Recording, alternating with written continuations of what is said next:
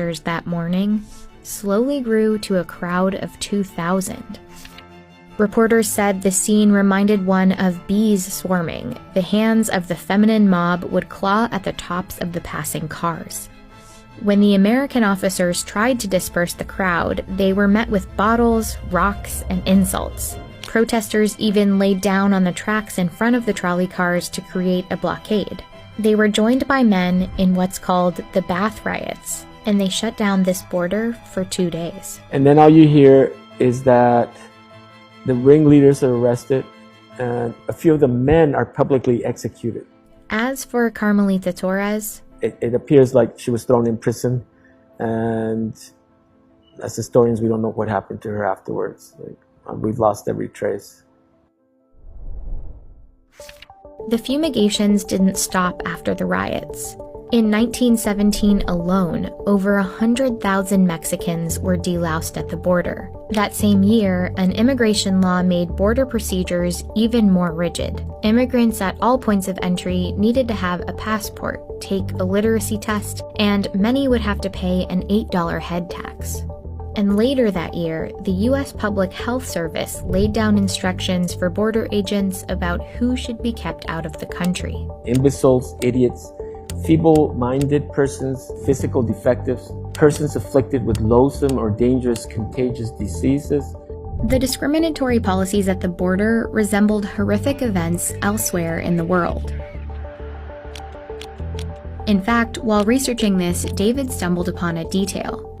The fumigation of Mexican immigrants wasn't just reminiscent of Nazi Germany, it was directly linked to it. It's not so much that the United States was copying Nazi Germany, it's the opposite. Nazi Germany was copying the United States. He found that in the 1920s, the US started using Zyklon B, an extremely poisonous acid gas, to fumigate clothing at the border. And in 1937, in a German pest science journal, a scientist called for the use of Zyklon B in Nazi disinfection chambers. He included 2 photos of El Paso's delousing chambers as an example of how effective Zyklon B had been at the US border to kill unwanted pests. The same scientist pushed to use it to disinfect concentration camps, and eventually, it was used in concentrated doses to murder millions of people. People, rightly so, say you can't compare what happened in Nazi Germany with other parts of the world. And that's true. In terms of Zyklon B, it was used on the border not to intentionally kill Mexican border crossers. But the history of something like the Holocaust doesn't take place in a vacuum. A few decades after the Bath Riots, Mexico started sending men to work on U.S. farms and railroads as part of a new labor agreement called the Bracero Program. And through the program, the border disinfections continued.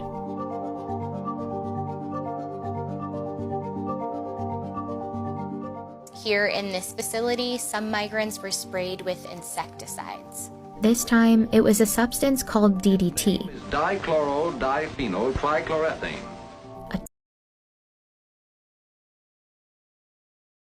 It was a substance called DDT. Dichloro-diphenyl-trichloroethane.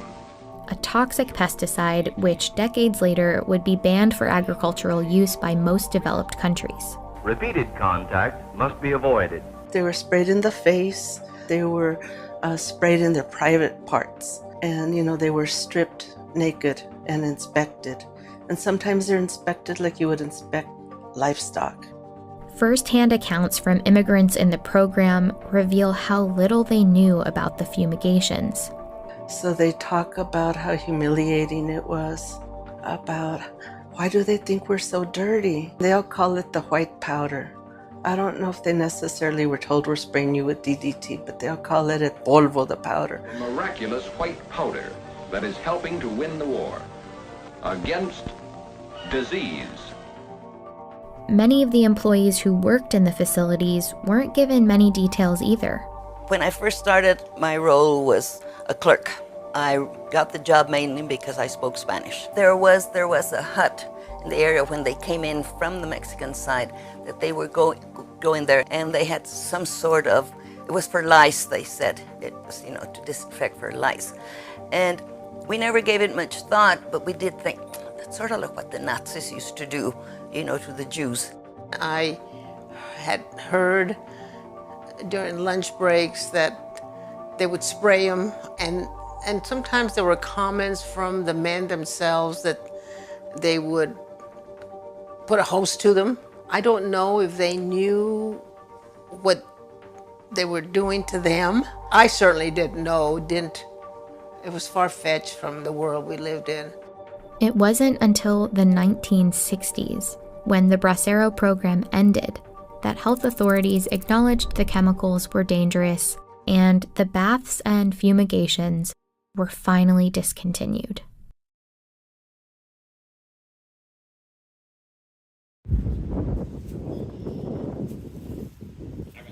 I'm not the cameraman. No. All right, Shalom. We are the Hebrew Israelites from the Indianapolis branch of the Great Millstone. And we're here to give all praises, glory, and honor to Yahweh, Ba'ashem, Yahushai, Ba'ashem, HaKadosh. Double honors to the apostles and elders of Great Millstone who rule well and teaching us this 100% truth. Salutations to them and our fellow Akim who labor in this truth week in and week out on the highways and byways. Also salutations to the hopeful elect of the scattered 12 tribes of Israel, scattered to the four corners of the earth, that be like unto the speckled bird, also known as your Israelite foreigners, and your so-called Negroes, Latinos, and Native Americans. To you, we say Shalom. Shalom. All right, we're coming back at you with another installment of our For Thy Violence Against Thy Brother Jacob series, dealing with the gasoline baths at the border. And we got a quick article on it, but we did, this is just summarizing the videos that you just saw before we started, okay? Give you a little bit of history on what happened down at the border and who was involved with it. All right, so before we do that, Salakia, I want to read the scripture, Obadiah 1 and 10. It says, "For thy violence against thy brother Jacob, shame shall cover thee, and thou shalt be cut off forever." So this is a prophecy about Esau, Edom coming to an end for all of the violence that he's committed against Jacob or the 12 tribes of Israel.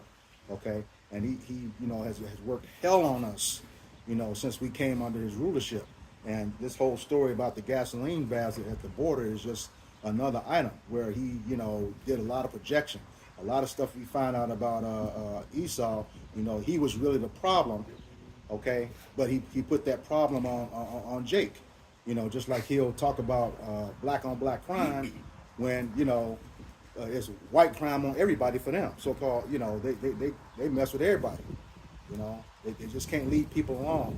And this is one of those things where, this whole gasoline baths at the border pretty much goes into ethnic cleansing of the Mexican Americans, or the Mexican who is also called the tribe of Issachar, okay, according to the scriptures. All right, so we'll just get into a quick summary of the article and go on from there. This is an article from Vox. It says in 1917, American health officials in El Paso, Texas, launched a campaign to use toxic chemicals, including gasoline baths, to disinfect immigrants seeking to enter the United States through the U.S.-Mexican border. Only a few days after the alarming practice was launched at the border, one Mexican woman refused to go through it, sparking a protest of thousands of Mexicans at the El Paso border. Her name was Carmelita Torres. She was a 17-year-old maid from Juarez who crossed the border daily for work. Although Torres and the riots briefly shut down the border, the campaign would continue for decades and even go on to inspire Nazi scientists. In this video, we trace the dangerous policies that lasted well into the 1960s. Pause. That's the 1948. Making that correlation? The Balfour Declaration? No, not 1948, Shabaki. 1960s. No, 1948. Hitler. Yeah. Hitler. Yes. Nazis. Read that part again, brother.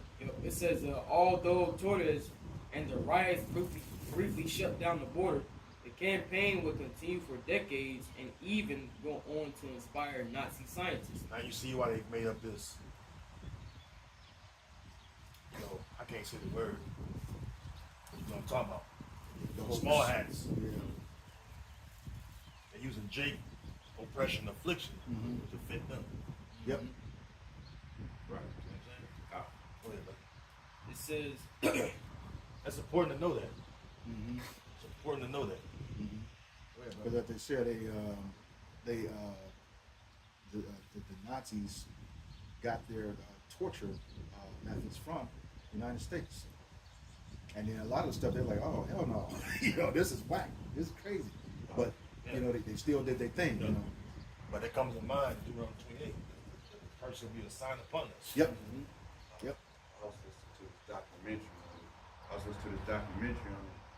You know, just trying to learn. And going off the documentary, that documentary was truly what they horrifying. They said they were just killing them, taking their kids.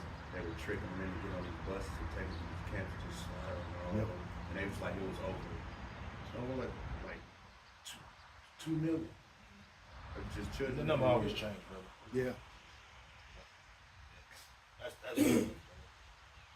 it says, in this video, we trace the dangerous policies that lasted well into the 1960s, from the forced kerosene baths to the use of poisonous gas Zyklon B, to the fumigations of migrant workers in the Bracero program using the pesticide DDT.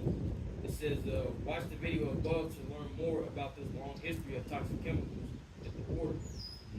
It says, Yeah, and that, just to give more clarity, that kerosene was also mixed with vinegar. You know, so it's a very, very painful situation. You know, you recall with the crucifixion, you know, they put vinegar in the Yahweh's side. So it's a very painful thing for her. Right? And, yeah, this guy Esau, and what they were doing it for was trying to get rid of. They said there was a lice stain on them, literally going into people's homes, you know, inspecting them for lice. And you know, we did a little research last week before we started this video, and turns out it is Esau, who's the #1 demographic that gets lice. So that's what we were talking about, how they would take their problems and project them onto Jake, you know, making Jake the face of a lot of stuff. A lot of their issues they take and say, you know, Jake is responsible for it. Like in this case, you know, I think the disease was called typhus that was going around, which was caused by lice. Well, if you lead the category in that lice, the problem is you. No, but you're gonna make it make someone else the face of it. All right. yeah, that's just That was it. Get that Genesis 30.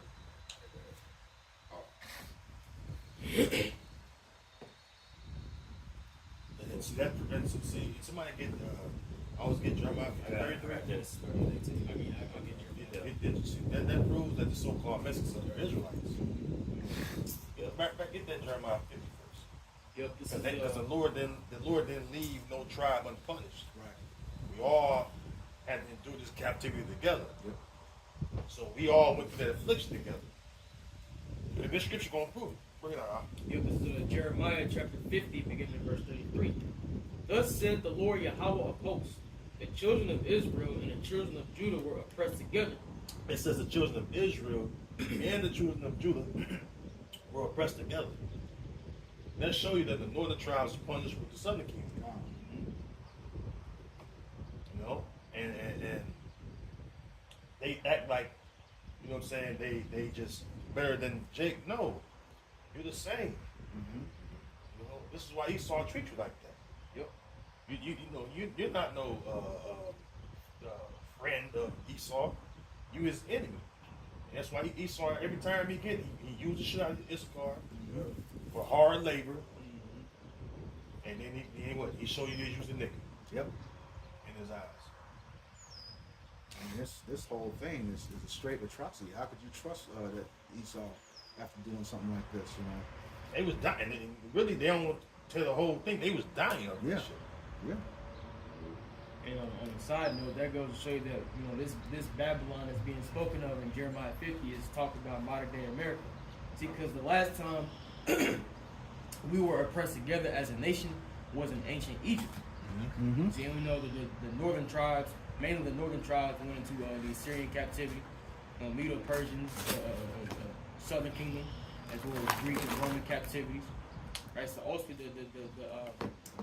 this is talking about America here in Jeremiah the 50th chapter, because also you got Southern and Northern Kingdom here in the land of America being oppressed to this day. The Syrians took his northern tribes away. Mm-hmm. Matter of fact, got that 17. Esdras, second Esdras 13. Finish that. But look that up too. The word Issachar. It says Jeremiah chapter 50, verse 33. It says, "Thus saith the Lord Yahweh of hosts, the children of Israel and the children of Judah were oppressed together, and all that took them captives held them fast. They refused to let them go." Right. And we still yet this day in our captivity together. You know, no matter where we at, we're on the bottom. We're under these curses. All right. They who judge was not to drink of that cup have assuredly drunk. All right. Get that second Esdras in there. Somebody just said. You want it now? Yeah, bring it out. Book of Second Esdras, chapter 13, verses 40, says, "Those are the 10 tribes which were carried away prisoners out of their own land in the time of Hoshea, the king, whom Salmanasar, king of Assyria, led away captive, and he carried them over the waters, and so came they into other land, into another land." Right, which we know that land would be America. Karatazar, another land. You know? And that's the moment when we never return to the land of Israel. Once Salmanasar the fifth took us away, and we came to that land, all right, we never returned. As far as the vast majority of us. You had some sprinkles here and there, but overwhelming majority of us was gone. That was the Lord casting us out. But they took this counsel among themselves that they would leave the multitude of the heathen and go forth into a further country where never mankind dwelt. It should be the side of the world, the so-called unknown world. Right, which we knew about this world when you go into 1 Kings 10. Tell you about the peacocks. Look at the peacocks. Talking about it goes to the Latin word pavos. It's talking about turkeys. Turkeys are native to the Americas. Right? They're like turkeys are native to and mainly Central America. Right? Kind of south of North America, but Central South America. When they find the tribes at, only the Americans, they named it. Nazareth. Yeah. According to 2 Esdras 13. So that's what we're getting there. Go ahead, brother. It says that they might there keep their statutes, which they never kept in their own land. That's why, you look at the history of the northern tribes, we were going off. There was some things we were keeping too, customs. That's just Jake for you. Jake was over here, we was idol worshiping and shit. Everybody says in Hosea that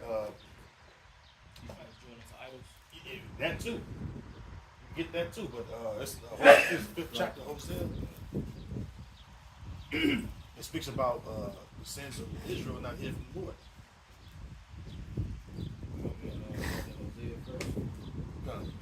Here you go, right here. Grab it. This is Hosea chapter 4, verse 17. It says, "Ephraim is joined to idols, let him alone." Ephraim is joined to idols, let him alone. Northern tribes get heavy into idol worship. Assault with familiar spirits, all that. It's the account of all the northern tribes doing that shit. That's why the Lord really sent, he saw that fuck Jacob over there. You saw that those idols in that, was it Third Bad Boys? Yeah. Santeria. It's beautiful how you bring up the northern tribes, because Ephraim is the head of the northern kingdom, so they, those up under the head are guaranteed to follow the head. So if Ephraim is out here serving idols, And what do you think the rest of the northern tribes are doing? Same thing. That goes in that old saying, as the head goes, the rest of the body follows. Yeah. Like with Judah, the whole head is sick. Judah leads everything. It says the whole head is sick. Yeah, that's right. That's right. That's a good point. Hosea 5. Hosea 5, real quick, we're going to get that 2 Kings or something. Yeah, we all know the precepts. I got some information on the ET that was used. So keep those precepts rolling first. Hosea 5 and 3. This is Hosea chapter 5, starting in verse 3. And it reads, I know Ephraim and Israel is not hid from me. For now, O Ephraim, thou committest whoredom and whoredoms. Yeah, whoredom, and Israel is defiled. Yep. Read the next verse too. That's when they came over and found us. Even this car, they was doing, witchcraft and shit. Sacrificing their sons and daughters. Okay. So Jacob was doing some other shit. Yeah. That's why the Lord had Esau come over. I don't know the tribe he got fucked up a lot of those. But you had some that that lasted, but overall we got fucked up. Kind of like what Elder Yahshua said a while ago. He said, man, the most I was pissed off at Jake when he had the Spanish conquistadors come over here, whoop Jake ass, the northern tribes, go back across the bars, come back over there, just keep whooping Jake ass. Taking them out on slave ships. Because a lot of people think about the transatlantic slave trade, they think about the tents of Judah. The Lord used Esau to bring the northern tribes on these slave ships. Yeah. Before Judah started coming over. You kind of saw some of that in all of us were watching about a couple years ago. No, Goodbye on the Tom. Oh, yeah. Yeah. That was like worse than Boots. They actually played out Joel chapter 3 in that movie as well too. But in one scene, you saw the northern tribe on the ships with Judah when the transatlantic slave trade. Well, they knew the land here. Yep. So so the one thing is to take them out of this land, and ship them out, away, because it's like they could hide. They knew all the crevices, the places to hide, and to fight back. That's right. So it's like, okay, we need to send them away. So they go into Europe, different parts that's on the other side. You more than that? Yeah. Oh, God. Yeah, then you got the 2 Kings 17. It says 2nd Esdras 13 verses 43. It says, and they entered into Euphrates by the narrow passages of the river, for the Most High hath showed signs for them and held still the flood till they were passed over. That's when you travel, around the Horn of Africa. The waters being held still is the currents. The currents are strong. In ancient world, you have to know how to ride them currents to get to different lands. Wasn't that the same path that took a year and a half one way and a year That's and a right. half back? Yeah. That's how you can link. That's how you can link up the peacock. You look at the peacock. You go back to the Latin Pavos. King Solomon Navy took them a year and a half. They say every 3 years they came. Yep. So a year and a half that way, a year and a half back. Every 3 years they brought things for King Solomon. That proves that it took us a year and a half to get over here. Well, where did it take a year and a half to go? That world right there connected by land. The whole known world at that time. So it had to be talking about over here. Because it took what? A year and a half. Go ahead. It says, verse 45, it says, for through the country there was a great way to go, namely of a year and a half. And the same region is called Asherah. That then dwelt they there until the latter time. Then dwelt they there? And then dwelt they there until the latter time. And now when they shall begin to come. The latter times. Yes, sir. That's why when they came over here, all right, they seen what? The 10 tribes. Mm-hmm. From North, Central, and South America. I got They said we're in the latter times. We're at the end of the latter times right now. Mm-hmm. But it was for us to be joined together, to be, again, Jeremiah 50 and 33, to be pressed together. The reunion of the tribes. You know, this is why the Great Awakening is so important. Because the Great Awakening started over here in America. All right, go ahead. I had a little information pulled up on Ashereth, and this is from the Jewish Encyclopedia, so they know. All right, it says the name of the land beyond the great river, far away from the habitation of man, in which the 10 tribes of Israel dwell, observing the laws of Moses until the time of restoration. See? Okay? And it says according to observing the laws. All right, it says observing the laws. What? Of Moses. Of Moses. They came over here. They found the Decalogue stone or a lost English stone. They found little things with 10 commandments in it, written in Hebrew, block style Hebrew. Yeah. You look at the James there. He studied the language. He said what? It was ancient Semitic language. So they did a study on us. Yep. This is why you go into the history of how they came over. They had the Moors, which is Southern Kingdom Israelites. They could speak what? The Hebrew, number one. And it says Arabic, which Arabic comes from Hebrew anyway. Yep. So they was fluent in that. So they had our brothers that they could translate what we were saying. But they don't teach that shit in school. Nope. Oh, go ahead. And there's like you find in Columbus's ledger, he brought 5 Hebrew interpreters with him. There was more. They say Moors. Yep. There was a movie called 1942. 1492. I mean 1492. Okay. 1492, where it actually had, the guy playing Columbus mentioned the Apocrypha. Yeah. He's like, it's written in the Apocrypha, like how they came here. That's what's coming up right here.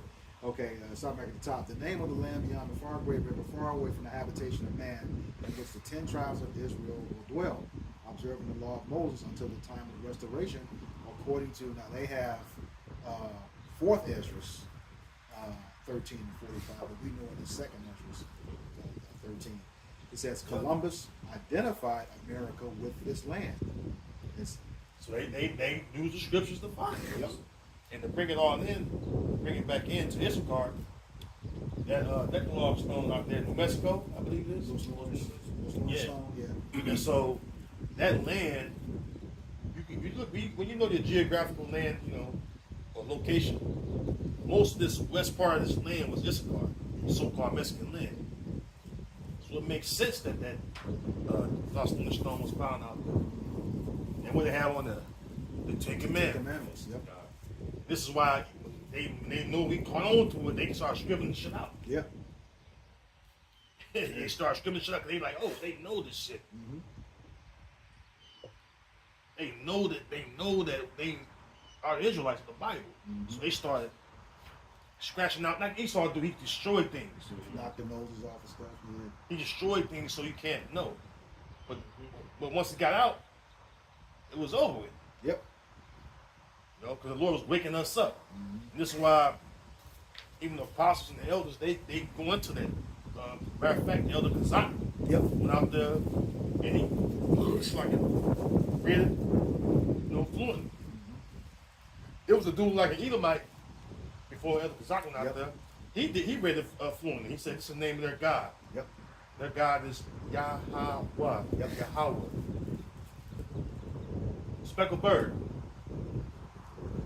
Why? The Most High name is dreadful among the heathen. So the fact he can utter that, he said it perfectly too. You brothers ever seen that video? Yeah. Actually, it's funny. He like a hippie ass Edomite with glasses on. Yep. He said it's the name of their God right here. Yep. Yahweh. They tried their best to scratch it out, and they couldn't. They also tried to move it. This thing is shaped in such a way you can't get anything around it, and it weighs 80 tons. It's big rock. Yeah, big rock. So trying to move something like that has a huge weight and a non-uniform shape. It's going to be impossible. It's not meant to be. All right, so then that predates Esau coming over here. So that lets you know that Israelites in this land. You can't get around it. So they try to scratch it out, trying to remove the landmark that show you who the people are. That's why you go in the scripture sometimes it says Israelite, they may have Hittite behind it, because you lived in the Hittite land. They was the Canaanites in our land when we lived in our land. You know what I mean? Yeah. Judges now. Yeah. And Joshua, some of them, they couldn't get them all on the land. But the land, the land was sectioned off. The Jebusites over here, Hittites. You know what I'm saying? But still, if you live in that land, your name might have had attached to it. You live in the land of the Hittites, of the Canaanites. Yep. See? Go ahead. I have a precept. It's just that was on that part was all? That was it, yeah, just wow, that was good.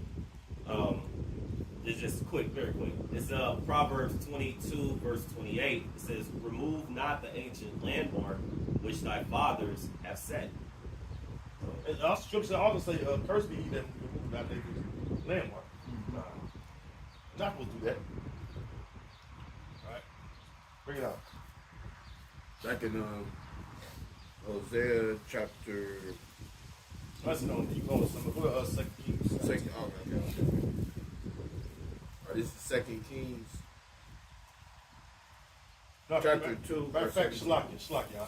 Go to First Chronicles 12 and 32, and the Second Chronicles 12 and 32.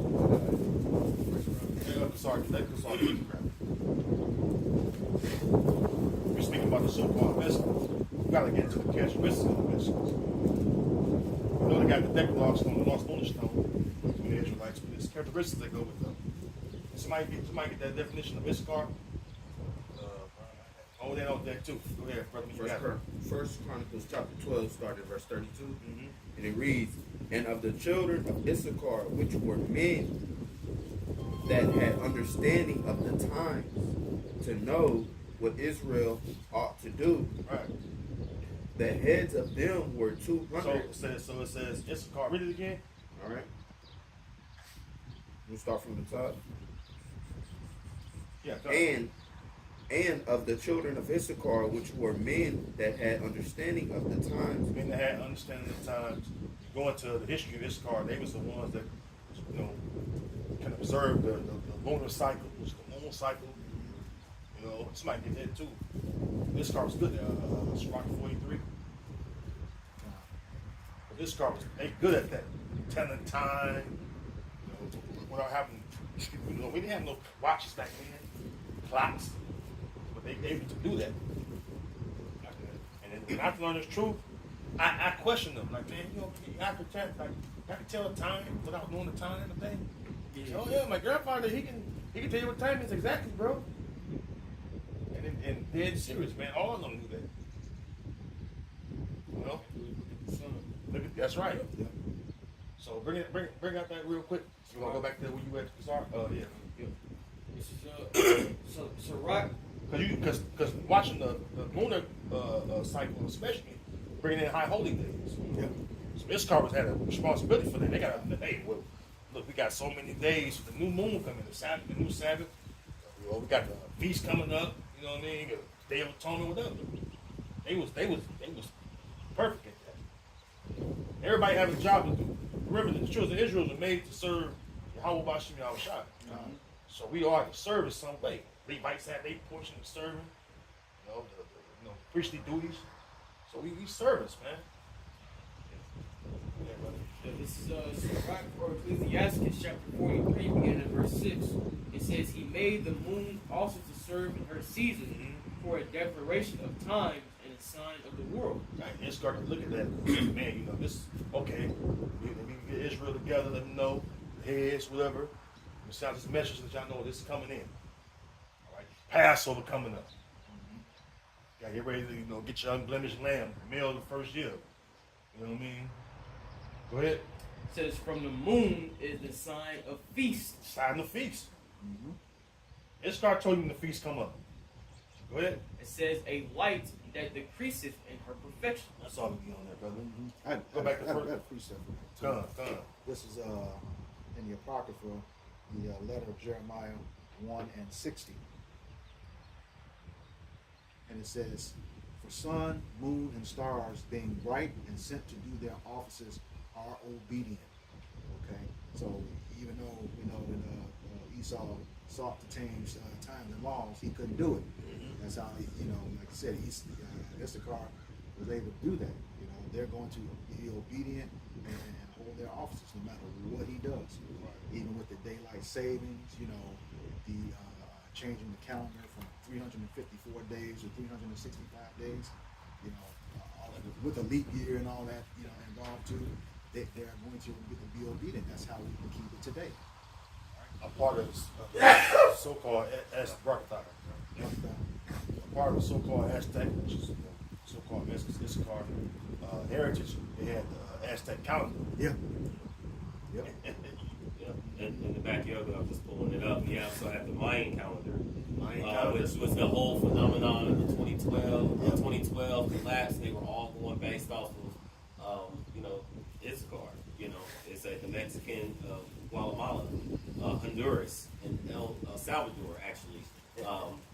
So these are the tribes in which they were looking at, because based off of their understanding of the time and the science behind it, they had people in hysteria. Yep. So the ones that can actually read the constellation and know the the signs of heaven originally real good was Issachar. So they played a very important role. They would sound the trumpets. Go ahead, brother. That kind of goes into when you get into that in that Jeremiah 31, is it 35, 37? Okay. He was going to seek to change the ordinances of the moons, the stars, and the sun. If he can do that, he can get rid of.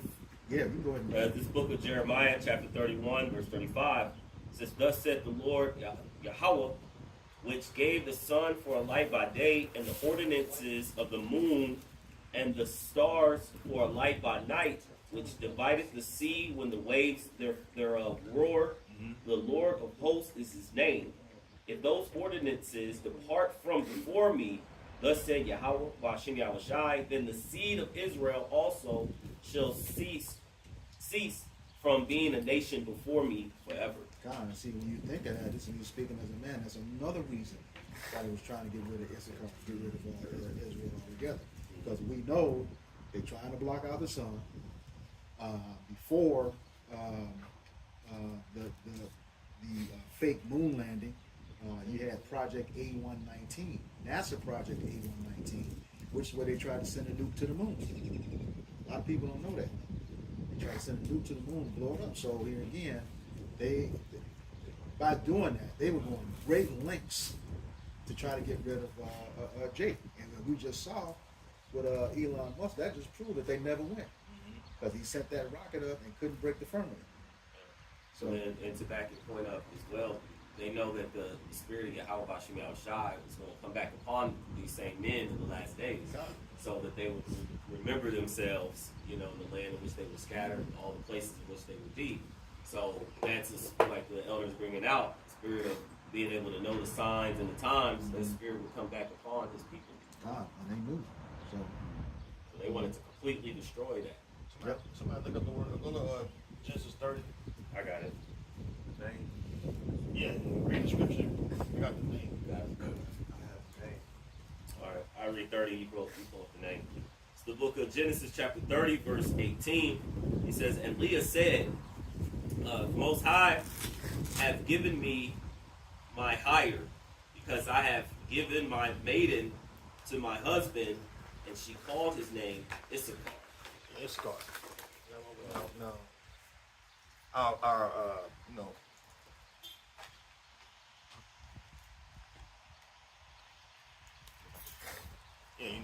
so Issachar name was given, like our names of the tribes of the patriarchs. They're all omens. So that's why when you read the scripture, it explains what the name, really meant. So just read that again. Read the scripture again. Salaki. I had it. 30 and 18. Book of Genesis, chapter 30, verse 18. He says, "And Leah said, Yahweh, Bashim Yahushai, have given me my hire. My hire, right? Mm-hmm. Go ahead. Because I have given my maiden to my husband, and she called his name Issachar. Issachar, my hire. Go ahead. Because the name there is recompense. Issachar? Yeah. Should be It is higher.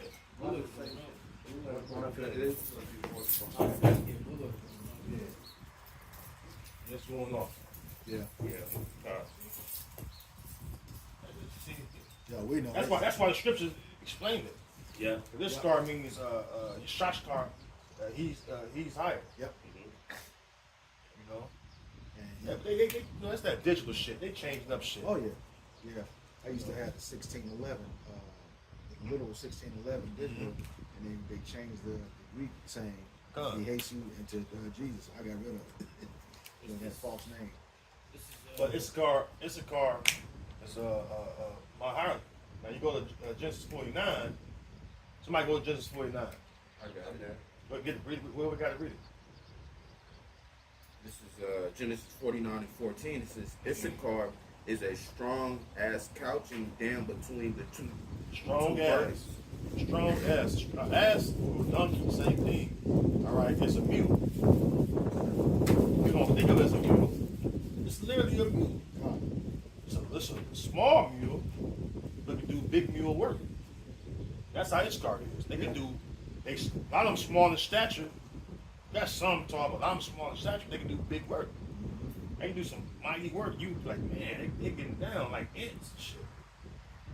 Constantly working. Like clockwork. Which was probably, you know, again, me speaking as a man, that was a choice of the original reparations, the 48 acres and to till that land. But that's why Esau used Issachar for labor. Because who's doing the most labor in America? Issachar. Yeah. See, that's my job. I've been out now dig this.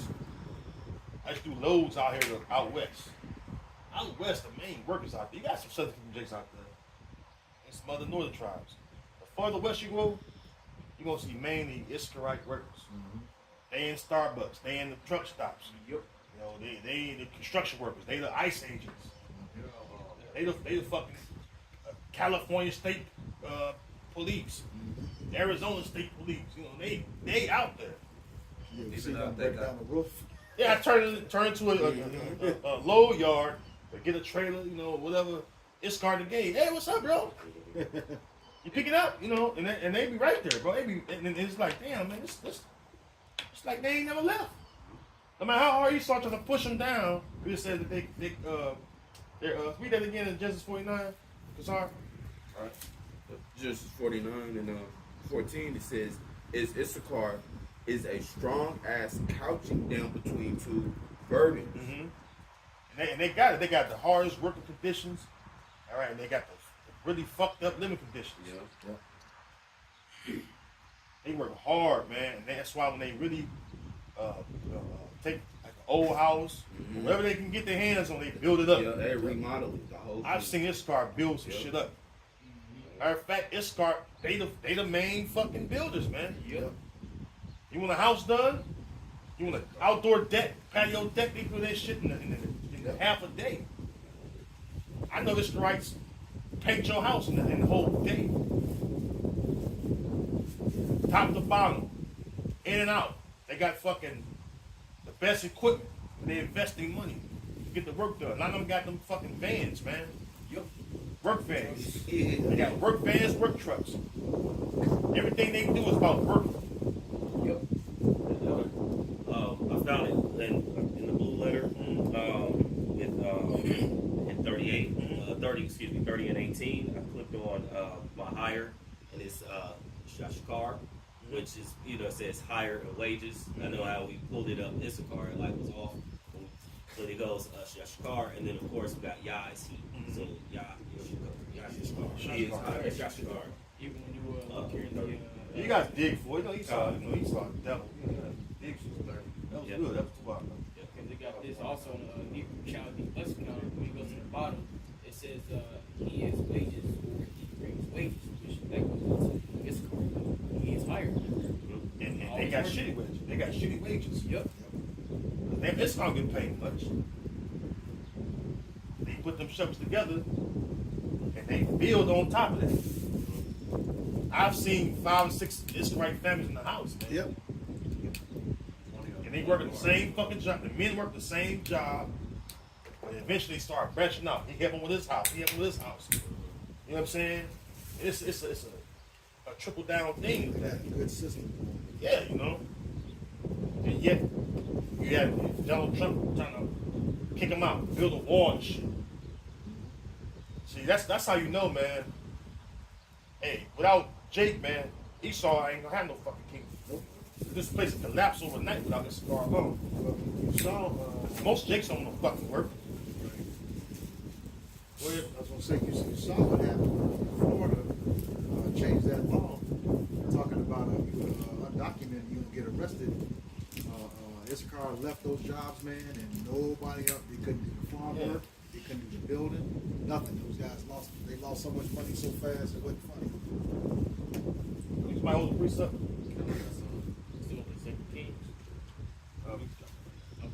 What you got, Jacques? Exodus 1, start at 11. Exodus 1 and 11. Therefore they did set over them taskmasters to afflict them with their burdens, and they built for Pharaoh treasure cities, Pithom,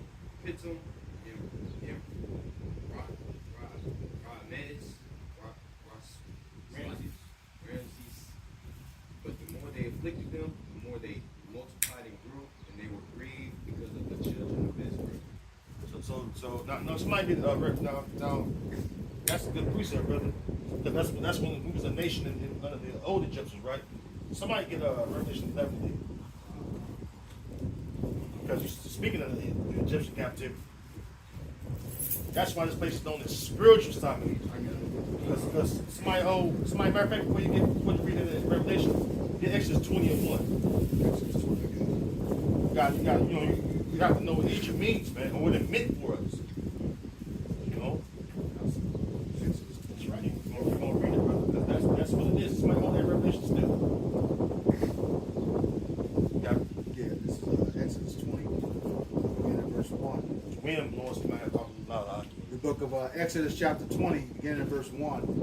And Yahweh Hashem Yahushai spake all these words, saying, I am Yahweh thy power, which have brought thee out of the land of Egypt, out of the house of bondage. Out of the house of bondage.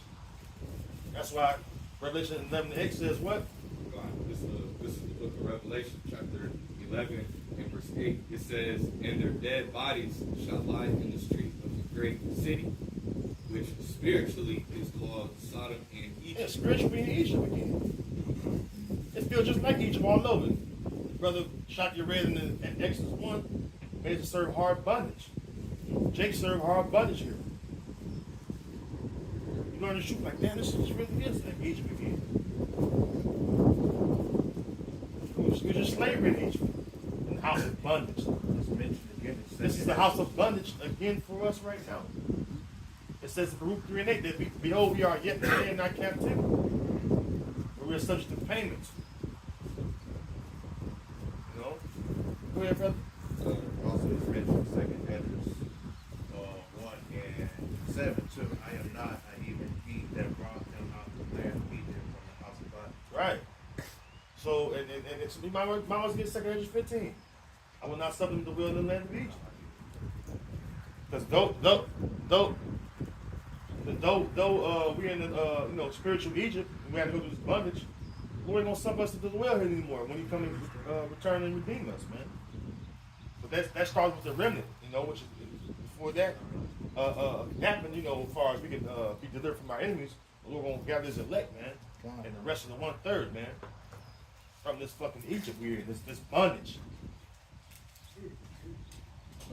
2 Ezra 15 and 10. Behold, my people is led as a flock to the slaughter. I will not suffer them now to dwell in the land of Egypt. Right, which is America. This is where we get. All right. This is where our dead bodies was found. Meaning what we was in the spiritual dead state of mind. This is why this truth is so powerful for all the tribes. So when you see Issachar come up to the camps, you can point out to them. They are Israelites. This is who you are in the scriptures. You gotta know how to point it out in the scriptures. Because why? It says in Ezekiel 37, when the children like people, you ask what are these, you know, what are our meanings by these? I get that. I'm kind of pushing. You gotta know that. About around the 17th verse, 15th, somewhere around the 15th verse, like that. Ezekiel 37. You gotta know how to identify these tribes. I got it. Oh, go ahead. You can start working the point. This is Ezekiel. Go read the whole thing. Ezekiel We get chapter edified. We get 37, beginning in verse 15. It says, the word of the Lord Yahweh came again unto me, saying, moreover, thou son of man, take thee one stick, and write upon it for Judah, and for the children of Israel and his companions. The southern kingdom. Go ahead. It says, then take another stick, it says, and write upon it for Joseph, the stick of Ephraim, and for all the house of Israel and his companions. Yeah, the northern tribes, so-called Latinos and Native Americans. Go ahead. It says, and join them one to another into one stick, and they should become one in thine hand. One nation again. You're not gonna be divided no more. You look at the brothers out teaching, even the different camps. You have representation of all the tribes. You know, go ahead, brother. It says, and when the children of thy people shall speak unto thee, saying, wilt thou not show us what thou meanest by these? See, go ahead. Say unto them, thus saith the Lord Yahweh, behold, I will take the stick of Joseph, which is in the hand of Ephraim, and the tribes of Israel his fellows, and will put them with him, even with the stick of Judah, and make them one stick, and they shall be one in my hand. They shall be one in my hand. It says, and the sticks whereon thou writest shall be in thine hand before their eyes, and say unto them, thus saith the Lord Yahweh. This is why the 12 tribes chart is so important. When the children of thy people, the Israelites, the so-called Negro, Latino, and Americans see that sign, they're like, man, I'm on the sign. What do you mean with that? Why I'm on the sign? Go ahead. It says, you gotta break it down to them.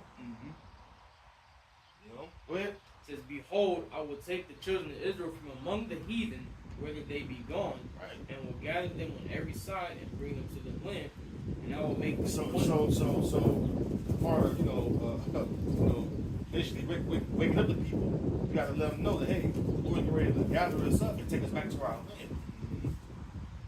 Not just Judah, not just Levi, not just Benjamin, not just Ephraim, not just Reuben, not just Gad. All the tribes have the election.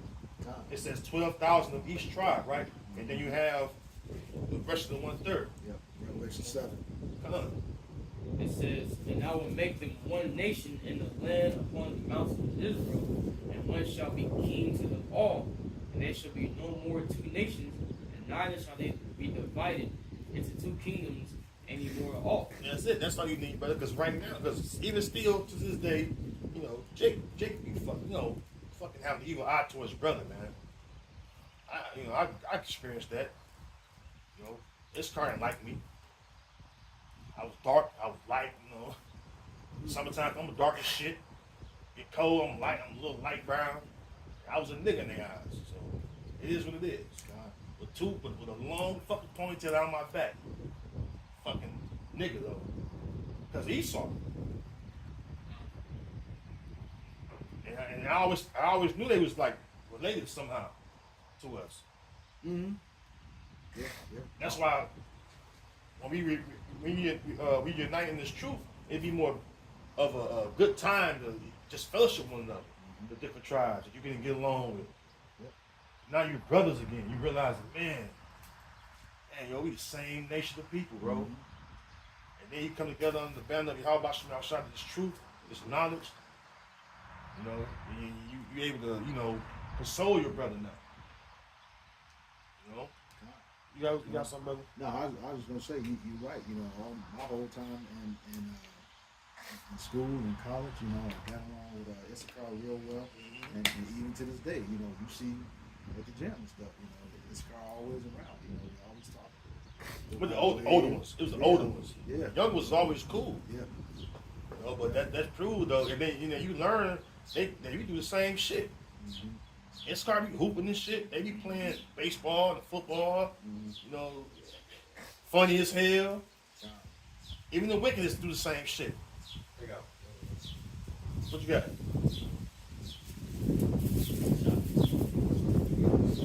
Somebody get that Isaiah 11. Oh, 11 and 13. You get that? I got it.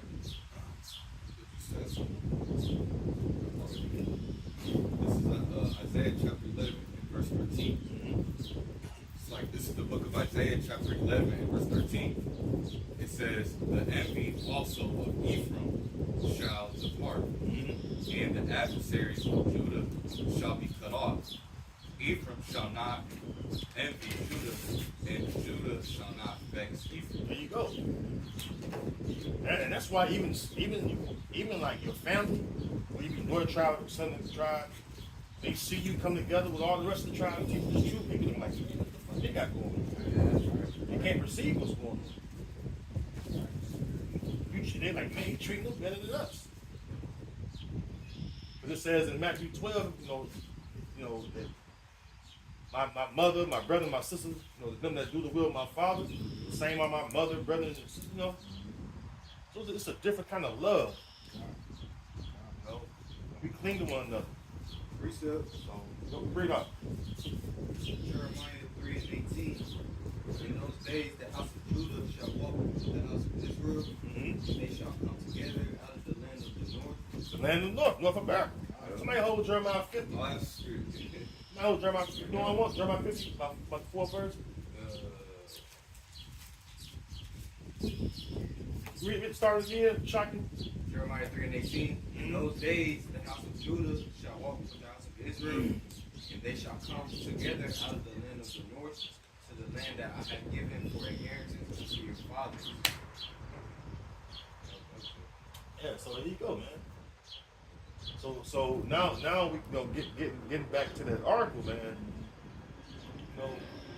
We see that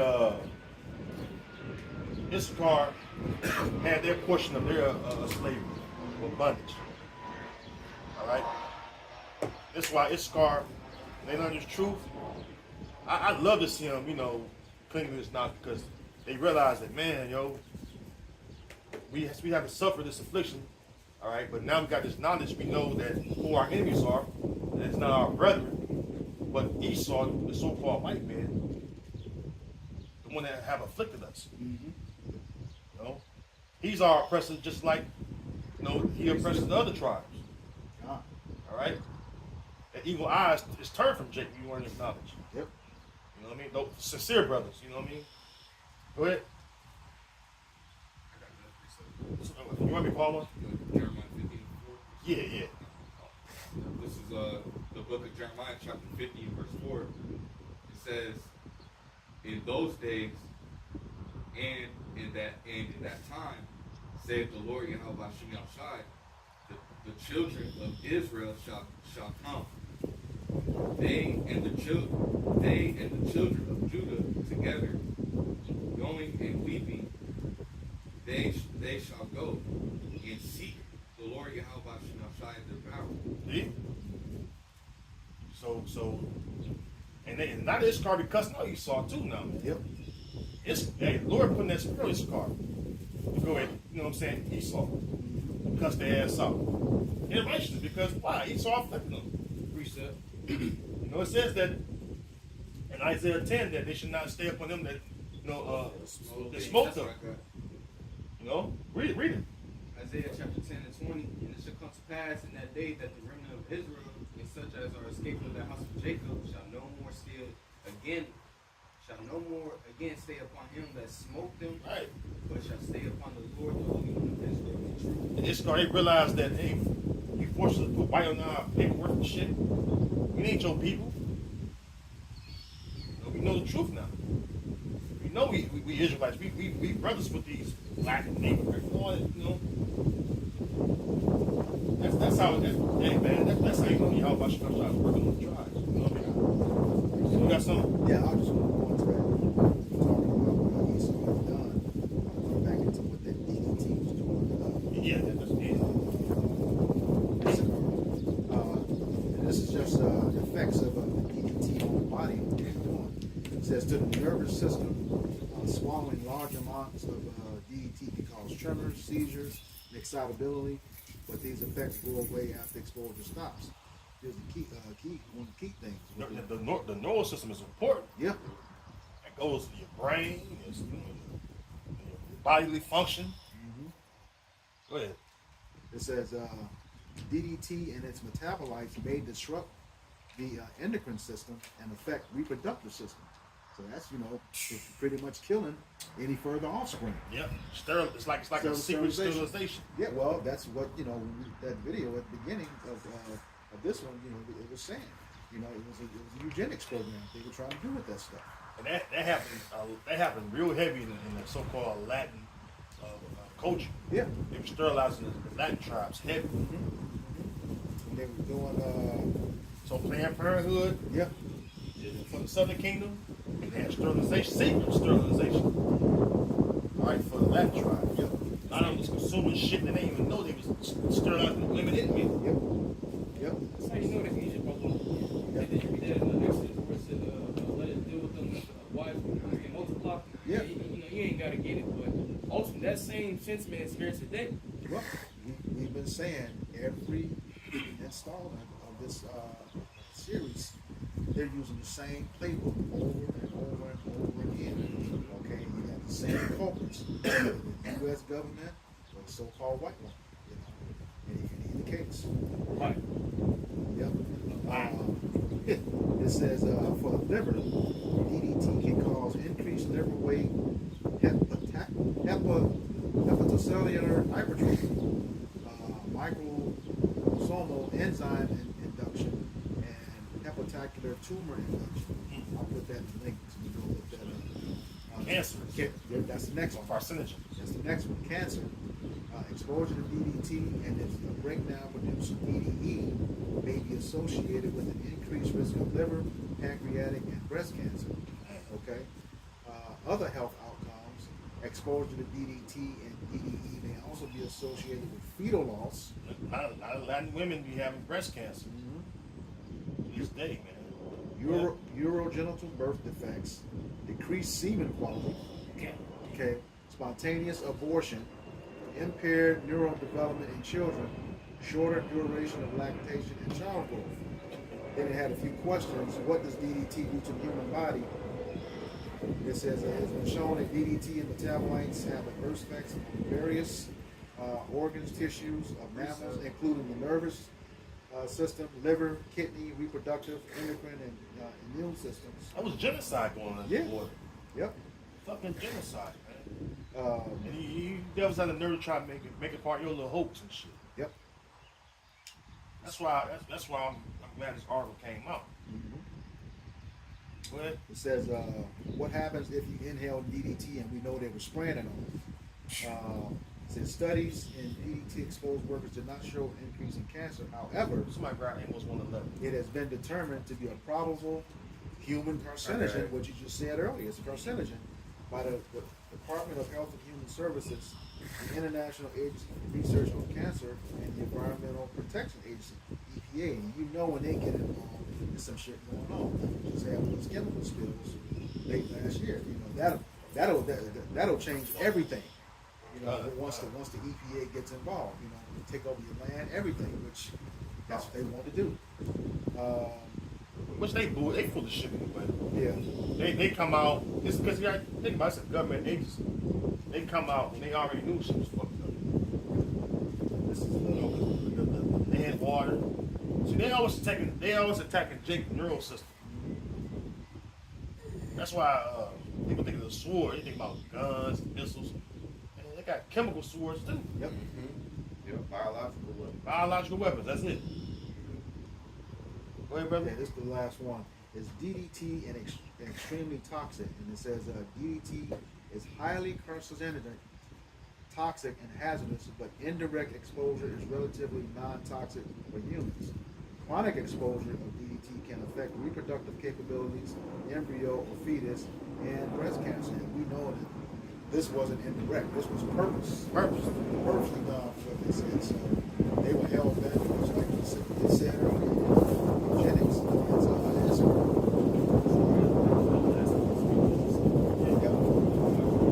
Like that English one together.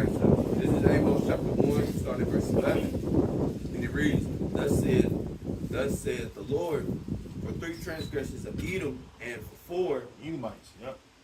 I will not turn away the punishment thereof, because he did pursue his brother with the sword, and did cast off all pity, and his anger did tear perpetually. That ark, that baby they cast off all pity. It says anger did tear perpetually, right? What kind of wicked sick shit you do to a people to make them go through fucking gas baths and knowing it's fucking them up. Everything the brother Barbazal just read is fucking this car up. It's fair to say, it said that you show no favor to the young or the old. That's right. So it's affected every part, patriarch, all the way down to the children. Yeah, because think about, ones that they have children, like kind of like I'm thinking about Japan. That neurological effect, yeah. That's they know that should pass down to their children. So imagine like the brother Barbazal just said, they having children, they coming out with neural problems and shit. It's all because of Esau, so-called white man. Go ahead, brother. All right. And he kept his wrath forever. He kept his wrath forever. That's why we're gonna keep our wrath forever. We got you in slavery, bro. You got something? This is Ezekiel 35:5. These are last precepts here. Because thou hast had perpetual hatred, and hast shed the blood of the children of Israel by force of the sword, in the time of their calamity, in the time that their iniquity had an end. Therefore, as I live, said the Lord God, I will prepare thee unto blood, and blood shall pursue thee. Said thou hast not hated blood, even blood shall pursue thee. Yeah, Esau, he murders. I couldn't say kill. He murdered for fun, for sport. He take lives for sport. And he don't bat an eye. It's in his nature to be like a wild fucking beast and spill blood. That's why the Lord said that He's going to prepare him unto blood, since He's going to hate blood. All right. So all the bloodshed that's in America, like it says in Numbers 35, the land cannot be cleansed except him that shed the blood, his blood be shed. That's paraphrasing, Yeah, which ties in to Joel 3 and 21. You got to cleanse that blood. It's not cleansed yet. You got to see it. Yep. Go ahead. Jumping down to Ezekiel 35:10, because thou hast said, these 2 nations and these 2 countries shall be mine, and we will possess it, whereas the Lord was there. And somebody the nation of Israel, the northern tribes, southern tribes, the whole nation. Go ahead. Therefore, as I live, said the Lord, I will even do according to thy anger and according to thy envy, which thou hast used out of thy hatred against them, and I will make myself known among them when I have judged thee. The Lord will judge you without mercy. God. Remember it says in the Donovan Compact Bible Dictionary that the Edomites wasn't promised any mercy from the Most High. The only neighbors of the Israelites. You fucked up, you saw it. Bottom of page 142.